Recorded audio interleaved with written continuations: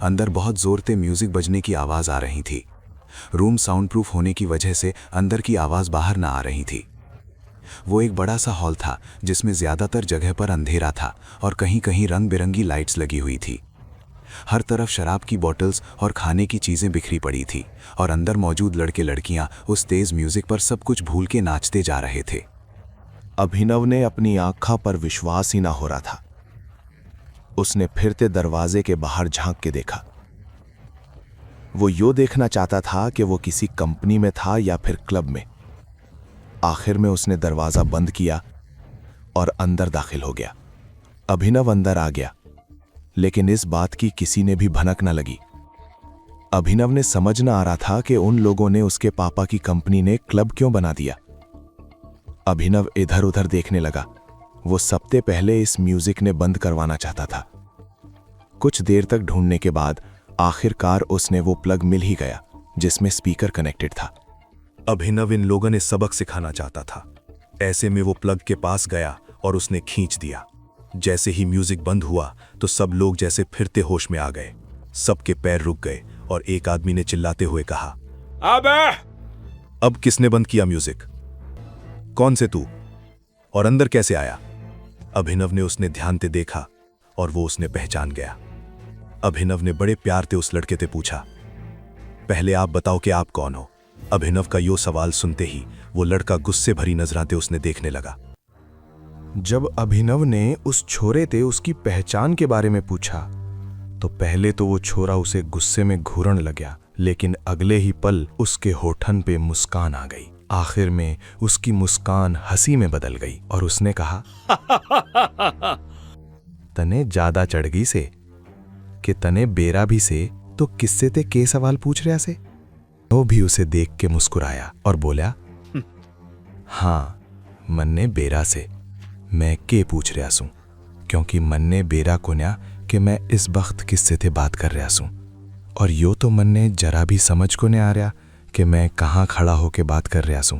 जब मैं अंदर घुसया तो यो एक कंपनी लाग रही थी, लेकिन अब यो क्लब जैसी लाग रही से। अभिनव उस छोरे ने छेड़न की कोशिश कर रहा था और वो छोरा भी अच्छे थे इस बात ने समझ रहा था। ऐसे में वो छोरा अभिनव के पास आया और उसका कॉलर पकड़ते हुए बोला, मंजीत नाम से मेरा, और किसी की औकात को न्या से कि वो मंजीत ते ऐसी बात करे। अभिनव ने एक पल के लिए मंजीत ने देखा और बोला, वो तो हेड ऑफ द सेक्रेटरी, आप ही मंजीत जी हो? जैसे ही पीछे खड़े लोगन ने अभिनव का सवाल सुना तो वो सारे जोर से हंसन लग गए। खुद मंजीत ने भी अभिनव का कॉलर छोड़ दिया और वो भी उनके साथ मिलके हंसन लग गया। तभी पीछे थे एक छोरी ने कहा, मन्ने लगे से कि यो कोई न्यूज कोन्या से। अभिनव यो सुन के उस छोरी ने घूरते हुए देखने लग गया। उसने समझ को ने आ रहा था कि बार बार उससे यो सवाल क्यों पूछा जा रहा था कि वो न्यूज है या कोन्या। तभी एक आदमी ने कहा, हाँ यो भी इसी तालाब की एक मछली से, और उसने एक शैंपेन की बोतल खोल दी। इसके बाद उस छोरी ने कुर्सी खींच ली और उस पे बैठ के बोला, वो तो आज का लास्ट से। तभी पीछे थे एक और छोरी ने कहा, हाँ एक ग्लास मेरा भी बना दे, मैं तो यो वाइन लूंगी। इतने में एक छोरी ने वाइन की बोतल देखते हुए कहा और उसकी तरफ बढ़न लागी। जैसे ही वो उसे उठा ना ली थी कि इतने में वो बोतल उसके हाथ से छूट गई और नीचे गिर के टूट गई। सब लोगन के मुंह ते एक साथ निकलिया, अरे! अभिनव ने अभी भी समझ को नहीं आ रहा था कि यो चल के रहा से। ऐसे में उसने कहा, यो सब के हो रहा से, और हेड ऑफ द सेक्रेटरीज कौन से? तुम्हें जानना है? तभी अभिनव ने अपने सवाल के जवाब में एक छोरी की मीठी सी आवाज सुनी। अभिनव ने पलट के देखा तो पाया कि एक सुंदर सी छोरी उसके सामने खड़ी थी। यो और कोई कोन्या बल्कि वही छोरी थी जो मंजीत के साथ टेबल पे थी। अभिनव ने उसे देखते ही उसने नजर फेर ली, लेकिन उसने उस छोरी ते घिन आ रही थी। लेकिन उस छोरी ने अभिनव ते कहा, यो तो तू जान लिया कि यो मंजीत से, लेकिन तेरी जानकारी के लिए बता दूं कि यो हेड ऑफ द सेक्रेटरी ते भी ऊपर से। अगर तन्ने अपनी जॉब ते पहले दिन ही फायर कोने होना, तो यो जैसा बोले तन्ने वैसा ही करना पड़ेगा। इतने में मंजीत आगे आया और ताड़ी बजाते हुए बोला, चलो भाई, आज की पार्टी खत्म और इस जगह की सफाई का काम मैं हमारे न्यू जॉइनर ने हैंडओवर करना चाहूंगा, ताकि हम कल फिर से एक साफ सुथरी जगह पे पार्टी कर सकें। अभिनव ने मंजीत की आंखन में देखा और बोला, ठीक है, लेकिन जब तक मैं सफाई करके फ्री हो जाऊं तब तक के सारे लोग ऑफिस में ही मिलोगे ना? नहीं। मैं अभी एक और पार्टी में जाना है।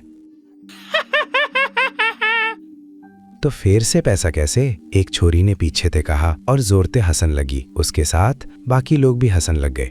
अभिनव ने धीरे ते हाँ मैं सिर हिलाया और बोला, तो फिर आप मन्ने थोड़ा सा टाइम दे दो, मैं जरा दरवाजे ते सफाई शुरू करूँ सो। इतना कहते ही अभिनव तेज कदमाते दरवाजे की तरफ बढ़न लग गया। इस बीच सारे लोग आपस में बात कर रहे थे। हर किसी का ध्यान इस बात पे कोना था कि अभिनव क्या कर रहा था। उधर अभिनव दरवाजे के पास आया और उसने दरवाजा बंद कर दिया। इसके बाद उसने चाबी निकाली और अपनी जेब में डाल ली और फिर से उन लोगों की तरफ देखने लग गया। इस बार ताली बजाने की बारी अभिनव की थी। अभिनव ने ताली बजाई और बोला, सो गाइज, अगर फन हो गया हो तो थोड़ी सी एक्सरसाइज कर ली जाए। इतना कहते ही अभिनव के चेहरे पे मुस्कान आ गई थी। एक छोरी ने उसे गुस्से में घूरते हुए देखा और बोली। अभिनव ने मंजीत ने देखा तो पाया कि वो किसी दूसरी छोरी के साथ जबरदस्ती करने की कोशिश कर रहा था। उसने तो अभिनव की बात सुनी भी कोना थी। अभिनव मंजीत के पास आया और जैसे ही मंजीत उस छोरी के कंधे पे अपना हाथ रखने आला था, अभिनव ने उसका हाथ पकड़ के उसे पीछे खींच लिया। छोरियन की इज्जत करना सीख, समझा? अभिनव ने ताना मारते हुए कहा और मंजीत का हाथ कस के मरोड़ दिया। पूरी कहानी सुनने खातर डाउनलोड करो पॉकेट FM ऐप इब्बे, लिंक नीचे डिस्क्रिप्शन में है।